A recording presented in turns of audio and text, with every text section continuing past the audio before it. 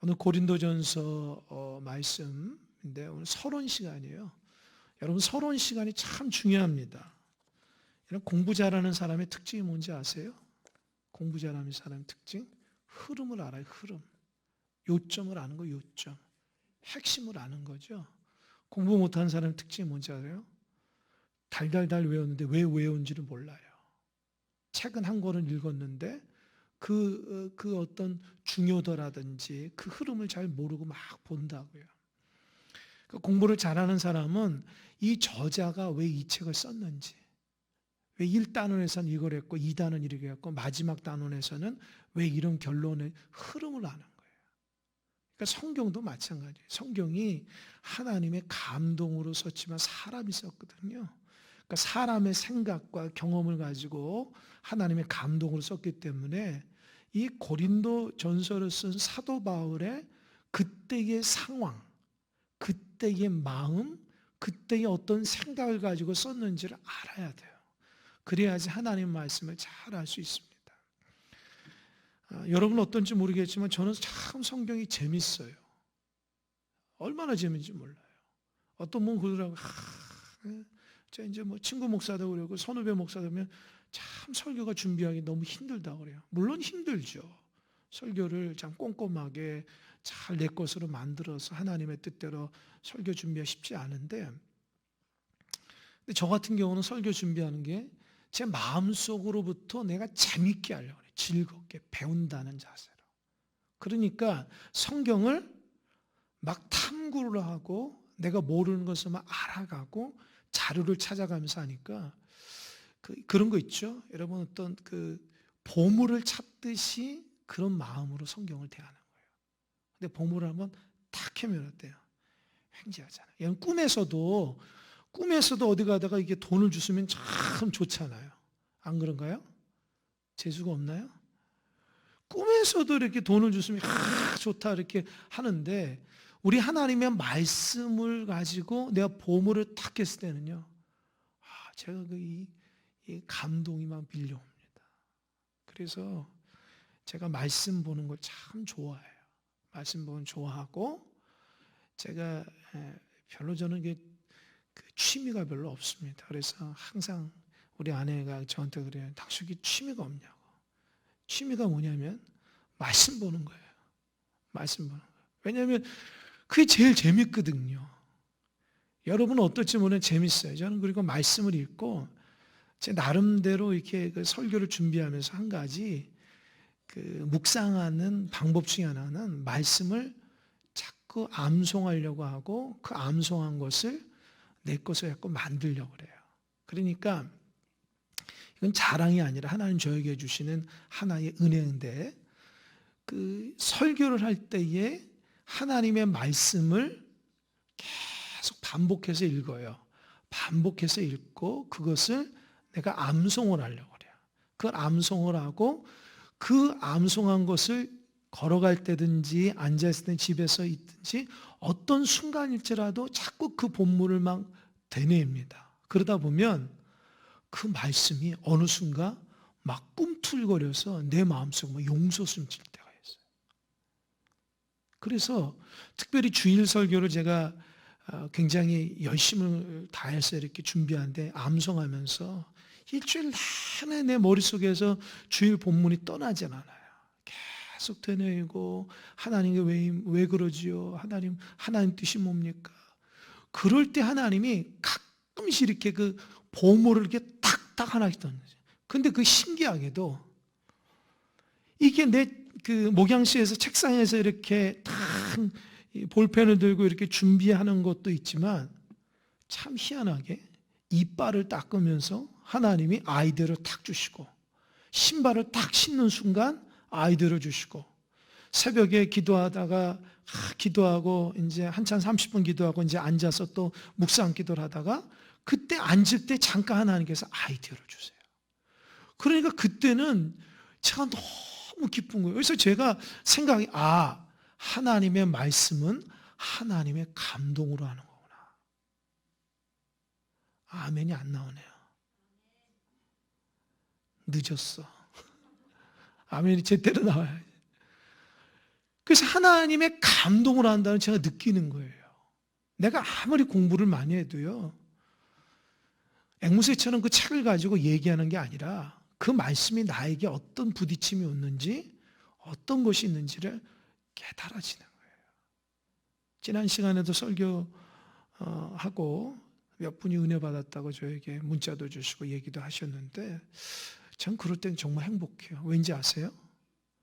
성도들이 은혜 받은 것만큼 목회자가 기쁜 게 없거든요.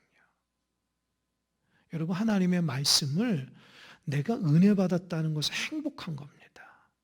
아멘? 진짜 행복한 거예요. 여러분이 얼마나 공부를 잘해서 하나님 말씀을 처음부터 끝까지 잘 알겠어요? 아니잖아요. 그러나 목회자가 연구하고 기도하고 하나님 말씀을 전할 때에 그 말씀이 막 들려지기 시작하고, 그 말씀이 막 믿어지기 시작하고, 그 말씀대로 살고 싶은 막 용솟음이 있고 하나님의 다스림 가운데 있다고 하는 마음들이 들면 그것처럼 행복한 신앙인이 없는 거예요. 할렐루야.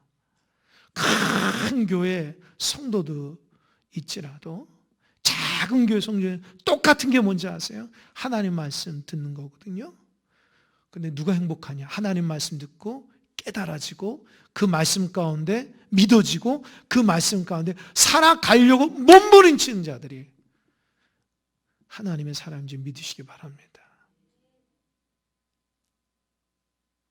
그러니까 여러분, 은혜 줄 때 은혜 받으셔야 돼요. 은혜 줄 때에 은혜 받고 내 삶에 도전하고 그렇게 살아가는 여러분 되시기 바랍니다. 오늘 고린도전서, 오늘은 서론이고 다음 주에 이 본문을 가지고 설교를 할 겁니다. 여러분, 고린도 전서는 사도 바울이 쓴 서신입니다. 사도 바울이 에베소 교회에서 쓴 서신이거든요. 근데 여러분, 사도 바울이 고린도 교회에 편지를 몇 개 썼는가? 여러분 딱 머릿속에 기억나는 거예요. 고린도 전서, 후서 있죠. 그러니까 사도 바울이 편지를 2개 썼는가 보다 생각할지 모르지만 아닙니다. 이 사도 바울이 고린도 교회에 편지를 쓴 그 배경을 제가 설명할 거예요. 이거는 진짜 중요합니다. 어디 가서도 이렇게 책을 다 알아야 되니까 듣기 쉽지 않은 내용인데요. 여러분, 고린도는 사도 바울이 하나님의 은혜 가운데 가서 전도한 제2차 전도 때, 여러분 1차는 소아시아에서 복음을 전하다가 사도 바울이 2차 때도 아시아 쪽으로 복음을 전하려고 하는데 하나님이 확 틀어가지고 유럽으로 갔어요. 마게도니아 쪽으로. 그래서 빌립보를 가고 또 데살로니가를 가고 베레아를 가고 아덴을 가서 하나님의 놀라운 복음을 전하고 아덴에서 어딜 가냐? 고린도로 갑니다. 고린도로 가요. 그러니까 이 고린도는 그리스 밑에 부분 있는 지방인데, 섬지방인데, 이 사도 바울이 고린도에 갔을 때에 이 고린도 지역이 얼마나 상업적으로 발달했냐면, 큰 배들이 드나들고 항구 도시이기 때문에, 여러분 항구 도시의 특징이 뭐냐면 사람들이 많이 몰려요. 이 상업이 되게 발달하거든요. 이 상업이 발달하면 뭐가 모이냐? 돈이 모이거든요. 돈이 모이면 타락하게 돼요. 타락. 그래서 이 항구 도시에 어떤 문화가 형성되냐면은 아주 음란한 문화가 형성이 돼요. 세계에서 각국마다 이 상업을 하는, 무역하는 사람들이 드나드는 선원들이 많았고, 이제 그들에게 있어서 그냥 돈이 있으니까 흥청망청 술과 성적으로 타락하는 문화가 많이 있었어요. 그리고 또 한 가지 나오는 문화가 뭐냐면 우상숭배입니다. 왜 우상숭배를 했냐? 여러분 뭐 바닷가에서 살아보신 분은 알겠지만, 바닷가에서는 배를 탈 때에 절대적으로 하늘의 영향을 받죠. 그렇죠? 날씨가 좋아야 되고 갑자기 안 좋으면 안 되니까. 그러니까 지금은 이제 과학적으로 좀 이렇게 날씨를 연구하고 그래가지고 미리 알지만 옛날에 그거 알겠습니까? 모르잖아요. 그러니까 어떻게 해요? 내 배 타고 갈 때 안전하도록 또 나와서 뭐 이렇게 잘 뭐 고기를 잡더라도 상어바라는데 잘 되도록 우상 앞에 우상 숭배하면서 제사를 드린다고요. 근데 고린도 지역에서는 아프로디테라는 큰 신전이 있었는데 그 신전이 어마어마한데요. 그 신전 안에 여사제가 1000명이나 돼요. 여사제. 말 그래도 말 그대로 하자면 여사제지만 그 1000명의 여자가 몸을 성적으로 타락하면서 제사를 드리는 사람들이에요. 그러니까 이 고린도에서는 제사를 드리면 성적으로 타락한다는 걸 의미해요. 그러니까 고린도 전체에 어떤 문화가 형성이 되냐면 아주 음란하고 아주 세상적이고 그런 악한 영들과 그런 사람들이 많이 있다라는 거예요. 여러분 그 외국에 나가서 그 여행을 가보면 그 좀 이렇게 영적으로 조금 민감하신 분들은 딱 어느 나라 딱 들어가면 숨이 막 막히고 잠이 잘 안 오고 막 정신이 없고 혼란스럽다고 그런 얘기를 하더라고요. 그래서 거기 가서 그냥 여행도 못 즐기고 그냥 밤마다 기도했다고는 그런 목사님들 얘기가 있더라고요. 그 왜 그러냐? 영적으로 민감한데 굉장히 악한 영들이 괴롭힌다는 거죠. 이 고린도는요, 아주 음란한 것이 그냥 습관화되고 우상 숭배가 습관화된 곳이라는 거예요. 근데 그곳에서 사도 바울이 들어가서 교회를 세웠다는 거예요. 어마어마한 일이에요. 여러분 생각해 보세요. 타락한 도시. 그래서 그 헬라어로 이 코린디아조마이라는 말이 있는데 그게 무슨 말이냐면은 헬라어로 그 고린도 사람처럼 행하라. 코린도조마이라는 뜻이 있는데 그 말이 뭐냐면 성적으로 타락한 사람들이라는 관용어구예요. 그러니까 저 사람이 고린도 사람처럼 생활한다 그러면은 타락한 사람의 관용어구라고요. 그리고 고린도처럼 말한다 그러면 또 어떤 의미냐면 말을 잘한다는 의미예요. 이 고린도 지역의 헬라 문화권에서 이 헬라 문화권이 굉장히 중요한 게 철학, 이렇게 토론, 뭐 이런 것들을 막 이렇게 하는 거가 그런 문화 형성이에요. 그래서 이 고린도 지역에서는요, 사람들이 말을 잘해요. 왜 말을 잘해야지 물건도 잘 팔잖아요. 그죠? 말도 잘해야 되고 토론하는 것도 좋아하고 철학적인 영향을 받아가지고 그러면서 세상적인로는 타락했다고요. 왜냐하면 그렇게 타락한 이유가 뭐냐면 제가 자료를 찾아보니까 그들 세계관에는 영과 육이 있는데 육은 아무 쓸모가 없다고 생각하는 거예요. 그러니까 육이라는 것이 자기 어떤 구원이나 자기 세계에 영향을 미치지 못하기 때문에 내가 원하는 대로 살아야 된다고 생각하는 생각이 있어서 그렇게 타락한 문화가 있다는 거예요. 그러니까 사도 바울이 고린도에 딱 들어갔을 때에 얼마나 영적으로 민감한 사람이었어요. 가보니까 숨이 턱턱 막히는 거예요. 그리고 고린도 지역은요, 한 60만 명에 되는 사람들이 있는데 자유민이 20만 명이고 노예가 40만 명이에요.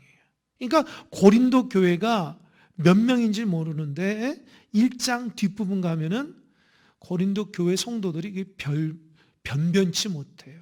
그러니까 배우거나 뭐 이렇게 상류층 있는 사람이 별로 많지가 않아요. 다 이렇게 모자라고 부족한 사람들이 많아요. 그러니까 이 고린도 이 교회에 실제적으로 그 7장부터 이 14장까지 보면은 아주 문제가 많아요. 음란의 문제, 뭡니까? 서로 고소고발을 하죠. 또 뭡니까? 예배 시간에 은사에 대한 문제 때문에 굉장히 심각하게 혼란스럽죠. 우상 제물에 대한 문제가 있죠. 또 부활에 대한 문제가 있죠. 아주 그 문제가 많은 종합백화점 같은 교회가 고린도 교회인데, 왜 그러냐? 그런 사람들이 교회 안에 있었다는 거예요. 이해가 되시죠? 그래서 그 교회가 AD 51년에서 52년에 사도 바울이 제2차 전도 때에 고린도에 가서 교회를 세우는데, 이 사도행전 18장이 고린도 교회를 세우는 그 장면에 나오는 데인데요, 하나님이 거기서 누굴 만나겠냐면은 브리스길라와 아굴라 부부를 만나게 해요. 들어가가지고 일하다가 먹고 살아야 되니까 자비량 오니까 이 장막 일을 하는데 그 브리스길라 아굴라 똑같은 일을 하는 거예요. 그래서 만나보니까 이 사람이 하나님을 아는 사람이니까 사도 바울이 그들에게 복음을 잘 동역하는 거예요. 복음을 전하기 힘든데 디도 유스도라고 하는 하나님을 경외하는 사람의 집에서 며칠을 사는데, 그게 회당 옆이거든요. 회당 옆에. 근데 회당 옆에 있는데 그 회당에 있는 회당장 그리스보라는 사람이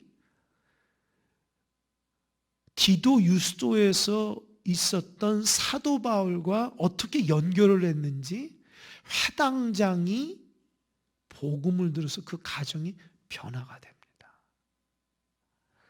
이거 기적이거든요.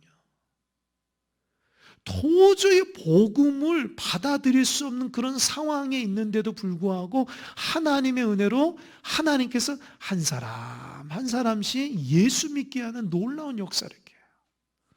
근데 사도 바울이 이 사도행전 18장에 보면은 그런 부분이 나와요. 너무 두렵고 무섭고 힘들어서 복음을 전하기가 힘들 정도의 상황이 돼요.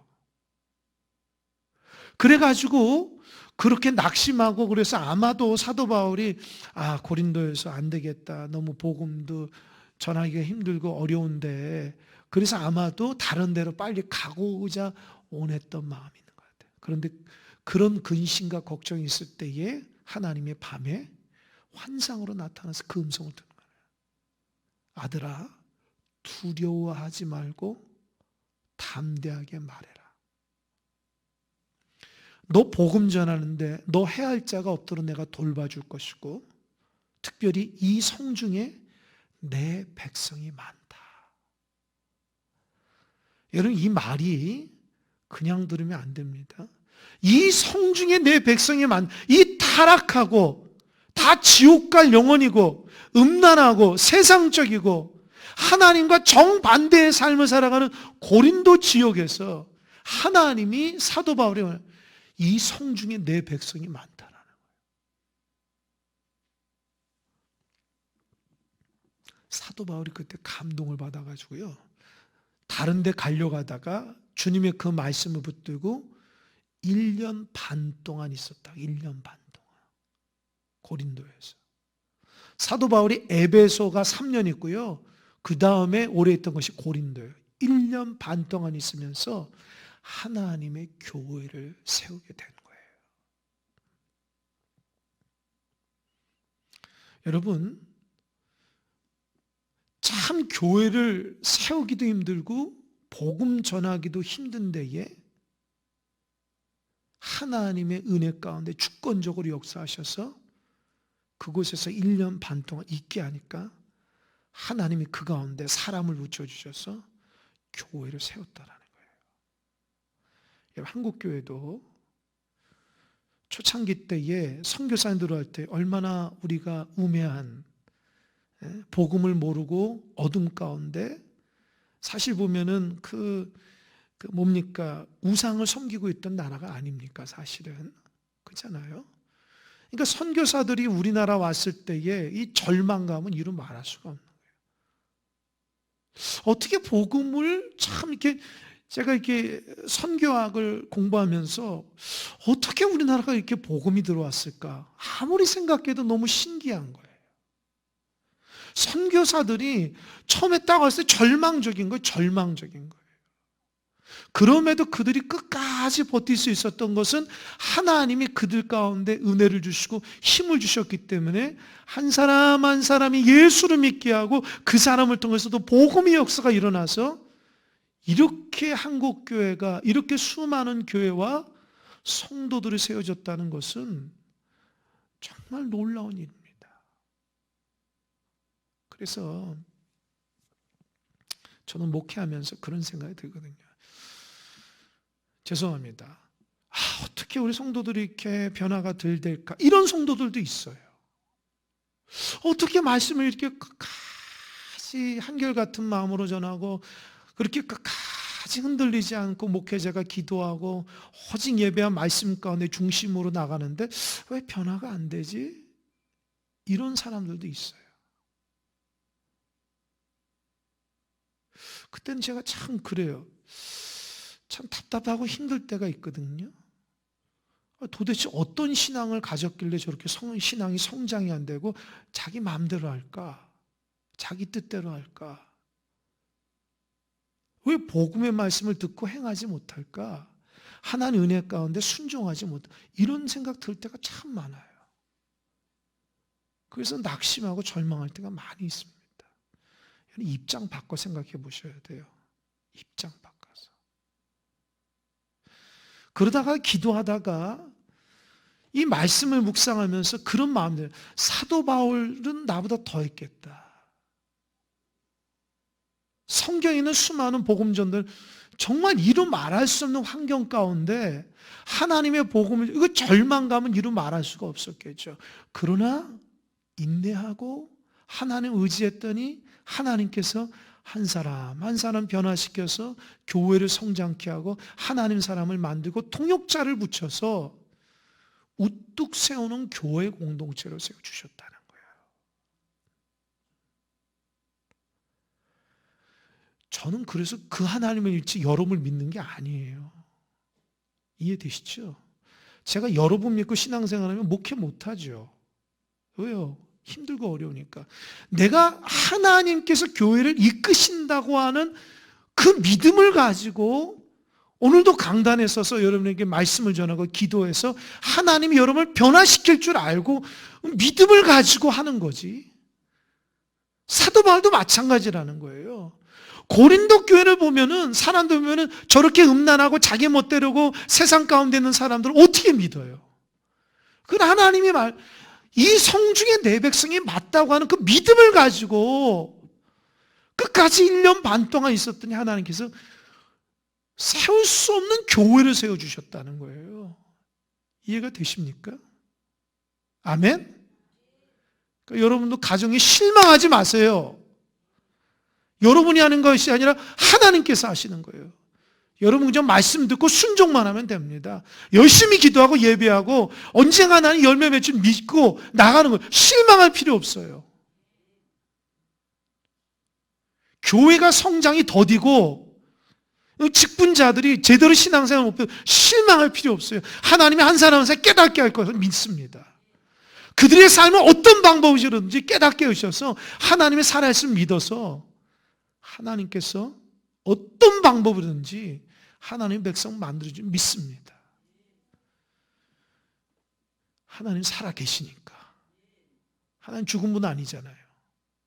지금도 우리와 함께 하신 분 아닙니까? 아멘? 그걸 믿는다고요. 사도 바울도 그걸 믿었어요. 그리고 나서 에베소를 갔어요.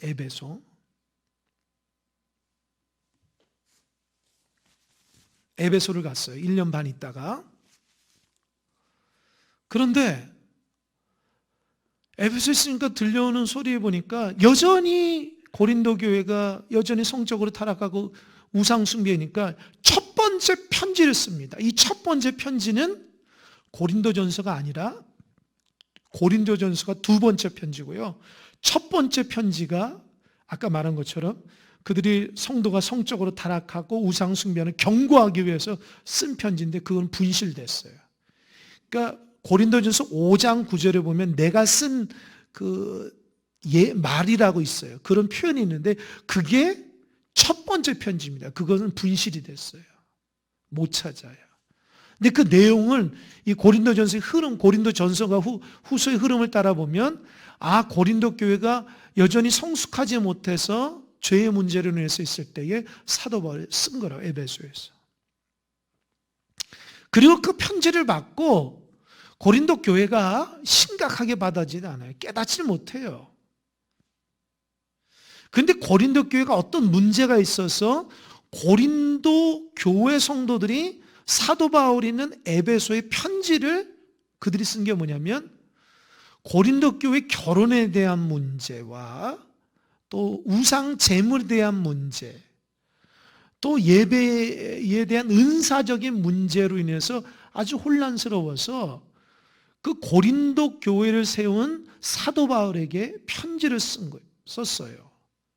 그 편지를 썼는데 그 편지를 받고 사도 바울이 그들에게 무엇에 대하여, 예를 들어서 뭐 결혼에 대한, 그러니까 결혼에 대하여라고 쓰고 또 우상 제물에 대하여라는 부분에서 쓴 부분이 고린도전서 7장부터 14장의 내용이에요.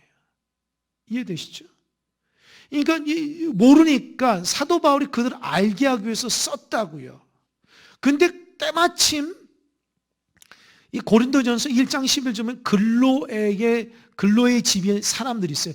이 사람을 통해서 고린도에 아마 있다가 온 사람인 것 같은데요. 사도 바울이 뭐라 얘기하냐면, 사도 바울 선생님 큰일 났습니다.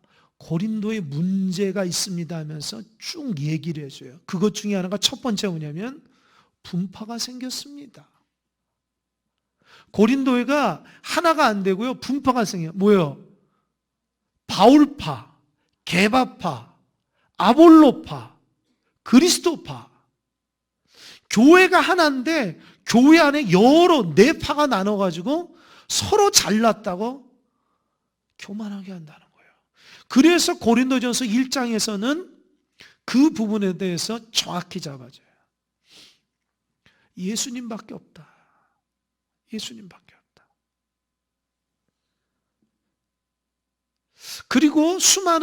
그리고 나서 또 교회의 여러 가지 문제를 알고 사도 바울이 고린도 교회에서 온 그들의 질문과 글로의 집 사람들로부터 들었던 고린도 교회 상황을 보고 그들에게 바른 믿음과 교훈을 쓴 것이 고린도 전서라는 거예요.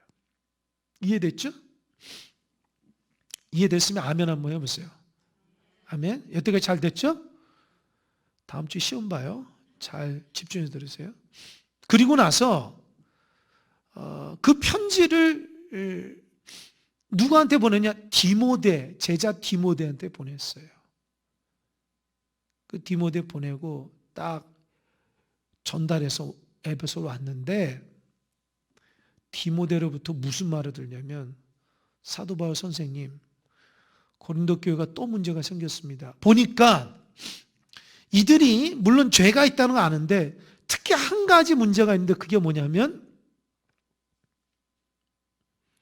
사도 바울에 대한 사도권에 대한 문제를 사람들이 막 들고 나오는 거예요.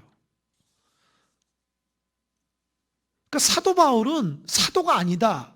사도 바울이 전한 복음은 다 거짓말이다. 그래가지고 사도 바울이 떠나고 나서 거짓 교사들이 고린도에 싹 들어와가지고 사도 바울의 복음을 다 없애고 사도 바울을 깎아내려가지고 이단에 적은 어떤 복음을 딱 심어주려고 하는 것을 느낀 거예요. 그러니까 사도 바울이 이 소식을 듣고 화가 나가지고요, 에베소에서 고린도를 방문한, 이게 두 번째 방문이에요. 이해되셨죠? 1년 반 동안 교회에 있다가 세우고 나왔다가 두 번째 방문한 게 고린도에 거짓 교사들이 있다는 소리 듣고 방문한 거예요. 그러니까 고린도전서에서는 그 내용이 없어요. 사도행전은 그 내용이 없고 고린도 전후서에서 나와요. 그랬더니 사도 바울이 얼마나 마음이 급하겠어요. 그들이 복음을 다 잊어버리고 사도 바울이 말하는 것을 다 거짓말로 한다니까 너무 급해서 가서 다시 한번 그들을 잡아줍니다. 그리고 와서 에베소에서 세 번째 편지가 고린도 후서가 아니라 소위 눈물의 편지라고 하는 편지를 다시 써요. 사도 바울이 고린도 교회가 문제가 있어서 편지도 썼고 방문도 했는데 어느 날 기도하는데 너무 답답한 거예요. 고린도 교인들이 정신을 못 차리는 거예요. 하나님의 복음을 제대로 받지도 않고 믿음으로 살아가지 않고 자기 멋대로 살아가는 거예요. 싸움하고 온전치 못한 모습으로. 왜 그러냐? 아까도 얘기했죠. 이건 제 추측입니다. 고린도 교회가 이방인들로 이루어진 교회인데 주로 노예들과 하층민들이 많이 고린도 교회 안에 있다. 그러니까 그들이 얼마나 힘들고 어렵게 살아갑니까? 그러다 보니까 교회에서 나 평등이니까 자기 주관을 많이 얘기하고 그러다 보니까 복음으로 해야 되는데 목소리 큰 사람이 이겨버리는 거예요. 이해가 되세요? 그러니까 중심이 안 잡히는 거야. 그러니까 사도 바울이 마음에 눈물이 나요. 눈물이. 그래서 소위 학자들은 눈물의 편지라고 또 한 가지 보내요. 편지를. 이 눈물의 편지는 누구한테 보냐면 디도라는 사람을 통해서 보내는데 그 눈물의 편지는 눈물로써 호되게 그 사람들이 야단을 쳐요. 엄하게. 부모로서 자식을 야단치듯이 그런 마음으로 눈물로써 솔직하게 편지를 써요. 근데 이것도 분실했어요. 우리 손에는 있진 않아요. 그래서 제가 이 신학교 때 이거 배우면서 이 편지가 좀 발견됐으면 좋겠다. 그런 마음이 제 마음속에 있더라고요. 사도 바울의 진면목을 볼 수 있으니까. 진짜 이 고린도 교인들을 사랑하는 마음으로 방황하고 힘들어하는 정말 목자의 마음으로 울면서 편지를 해서 이게 눈물의 편지예요. 근데 이렇게 해서 디도라는 사람한테 보냈는데 이 디도가 그걸 전해주고 그 고린도 교회 상황을 와서 자기에게 보고를 합니다. 근데 어떻게 보고를 하냐? 고린도 교회 성도들이 조금 마음이 부드러졌다는 거예요. 왜요? 사도 바울의 눈물의 편지를. 그리고 나서 이 마음속에 마음이 안도감과 그러면서 어떤 말을 하냐면 사도 바울이 내가 사도가 된 내가 사도에 대한 자기의 변호를 쓰고 사도 바울이 고린도 교회를 다시 한번 방문하겠다고 하고 마지막으로 예루살렘 모 교회가 어려움을 당했으니 우리가 좀 헌금을 해서 그거를 돕자라고 하는 것이 네 번째 편지로 고린도 후서예요. 이해하셨죠? 그러니까 정리하자면 편지가 4번 있는데 4번 중에 첫 번째하고 세 번째는 분실하고 두 번째하고 네 번째인데 두 번째가 고린도전서, 네 번째가 고린도 후서라는 거예요. 이해하셨죠? 그렇게 고린도 후서에 대한 편지를 쓰고 나서 나중에 에베소에서 마게도냐로 가서 복음을 전하면서 헬라에서 한 3개월 동안 있다라고 사도행전을 보거든요. 그게 뭐냐면 헬라라는 것이 고린도를 의미해요. 거기에서 3개월 있으면서 뭘 썼는지 아세요? 제가 지난번 얘기했잖아요. 고린도에서 뭘 썼냐고. 로마서를 썼다. 3개월 있으면서. 여러분 이 내용은 공부를 안 하면 몰라요. 성경에 있는 내용이 아니라 이제 고린도에 대한 관련된 책을 보고 여러분이 얘기를 해주는 거니까 이해가 되시죠? 이해가 잘 안 되죠? 안 되면 꼭 유튜브 들어보셔서 다시 반복해서 들으시기 바랍니다. 아셨죠? 워낙 여러분들이 공부를 잘하니까 한 번만 들어도 잘 알 거라고 생각하는데 그게 나의 착각이었네. 이해하셨죠? 정리하자면 고린도가 그렇게 음란하고 상업적이고 도저히 복음을 받을 수 없는 곳을 하나님께서 불러주셨어요. 갔는데 거기에서 브리스길라 아굴라라는 부부를 만나서 서로 동역하게 하고 디도 유스도라는 집에 있다가 그 회당장인 그리스보가 복음을 받게 되는 놀라운 역사였고, 그러나 너무 힘들고 어려워서 다른 데로 가려다가 하나님이 환상 가운데 음성을 돌려줬죠. 담대하라. 복음 전하라. 너 해야 할 일 없다. 이 성중에 내 백성이 많다. 그래서 다른 데로 가려다가 딱 멈춰가지고 1년 반 동안 사역하면서 세워진 교회가 고린도 교회라는 거예요. 이해하셨죠?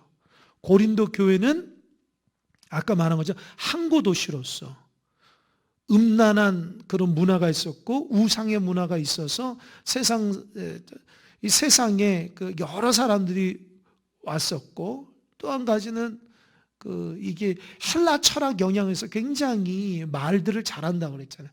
이제 그런 곳에서 참 우리도 그러잖아요. 나가서 복음을 전하면은 참 말 잘하는 사람한테 얼마나 그냥 꼬투리를 잡고 늘어지는 사람도 있잖아요. 그런 사람 어때요? 아이고 귀찮아. 그런 사람 알아서 하라 그래. 복음도 그런 스타일의 사람들이라는 거예요. 죄를 졌어도 자기 합리화가 많고 복음을 받아들이지 않아요. 자기가 옳다고 생각하는 사람. 이제 그런 곳에서 사도 바울이 복음을 좀 얼마나 힘들겠어요. 그러나 하나님의 은혜로 거기에서 복음을 전하게 된 거죠. 그리고 나서 에베소에 있으면서 첫 번째 편지를 적고, 또 두 번째가 고린도전서, 세 번째 눈물의 편지, 네 번째가 고린도후서. 두 번째 방문했을 때가 어떻게 해요? 이단 거짓 교사가 고린도에 있다는 소식을 디모데로부터 듣고 나서 화가 나가지고 가서 정리했죠. 그리고 나서 고린도후서를 적고 나서 내가 너희 교회에 다시 한번 방문했다고 얘기하고 나서 갔어요. 세 번째. 거기에 3개월 있다가 어디요? 로마서를 썼다고요. 이해되시죠? 저는 이렇게 가르치는 걸 참 좋아하는데 그 지도를 보면 제가 잘 설명을 했었는데 여러분 설명 못 해주겠네. 지도를 여러분이 머릿속에 담지는 않았어요. 하여튼 이 마게도니아라는 데가 있는데 이 마게도니아가 컸는데 역사적으로 얘기하면 이제 고린도라는 5분 정도 얘기하고 고린도 지역에 대한 역사적인 얘기를 해줄게요. 여러분 이 고린도 지역은요, 자료를 찾아보니까 옛날부터 온 히랍의 빛. 여러분 히랍이라는 말은 그리스라는 말을 한문으로 쓰면 히랍이라고요. 그러니까 그리스의 빛이라는 것을 아주 번영한 곳이에요. 번영한 것. 아주 풍부한 곳이라고요. 근데 이 기원전 BC 146년에 로마의 장군 중에 문비우스라는 장군이 군사를 이끌고 이 고린도를 쳐들어서 완전히 점령했어요. 이유가 뭐냐면 이 고린도가 반로마 세력의 중심지였기 때문에 그래요. 그러니까 고린도에 있는 사람들과 이 주변에 있는 사람들이 로마가 워낙 크니까 어떻게 하든지 쿠데타를 일으켜서 로마를 전복시키려고 하는 것이 들통나서 로마 장군이 문비우스라는 장군이 와서 파괴를 시켰다고요. 이제 그리고 100년이 흘러가다가 BC 46년 전에 율리우스 가이사라는 사람이 여기가 지리적으로 너무 좋은 곳인데 너무 그냥 뒀다라고 해서 이것을 로마의 어떤 중요한 기지로 세워야 되겠다 해서 그 지역을 다시 한번 이렇게 성장을 시켜요. 그리고 나서 BC 27년에 아우구스투스라는 사람이 이 지역이 이제 확대되니까 전체 그 마게도니아 지역에서 요 밑에 부분을 띄어가지고 아가야라고 해서 이 아가야라는 곳에 수도를 고린도라고 세워요. 그래서 이 고린도에 총독을 세워가지고 자치권을 두면서 이 로마에서 아주 중요한 지역으로 막 성장시켜요. 그리고 나니까 고린도가 굉장히 부흥하고 발전됐다. 그래서 거기에 한국이니까 사람도 몰리고 돈도 몰리고 또 이게 또 학문의 중심지가 막 돼버렸다는 거예요. 이해되시죠? 그곳에 하나님의 은혜로 AD 51년에서 52년 사도 바울이 그곳에 들어가서 복음을 전한 거예요. 이해되시죠? 그래서 하나님의 은혜 가운데 그 음란한 도시가 복음을 받아들이게 되고 교회가 우뚝하게 세워진 거라고요. 그래서 다음 시간부터 우리가 알아야 될 것은 이 고린도 전서는 사도 바울이 거기에 가가지고 1년 반 동안 사역하고 이제 에베소에 갔다가 그 교회가 여전히 음란하고 여전히 뭡니까? 우상 숭배로 쩌들어가고 문제가 있다는 것을 알고 또 고린도에서 교회에서 여러 가지 문제가 있으면 사도 바울한테 질문도 하고 또 글로에라는 사람이 이 고린도 상황을 얘기하면서 많은 문제들을 언급한 것을 알고 사도 바울이 부모와 같은 마음으로 하나하나 그들에게 편지를 하면서 바른 복음이 무엇인지를 적고 있다는 거예요. 그러니까 우리는 고린도전서를 통해서 뭐를 느껴요? 사도 바울의 사랑, 사도 바울의 열정, 복음을 듣는 거예요. 여러분, 마지막으로 한 가지만 얘기하고 끝낼게요. 여러분, 고린도전서에서 가장 유명한 장이 몇 장이죠? 여러분 잘 알고 있는 장? 그죠? 고린도전 13장이죠. 이 타락한 도시에서 왜 그렇게 유명한 사랑장을 얘기했는가? 똑똑한 사람은 의미를 알 거예요.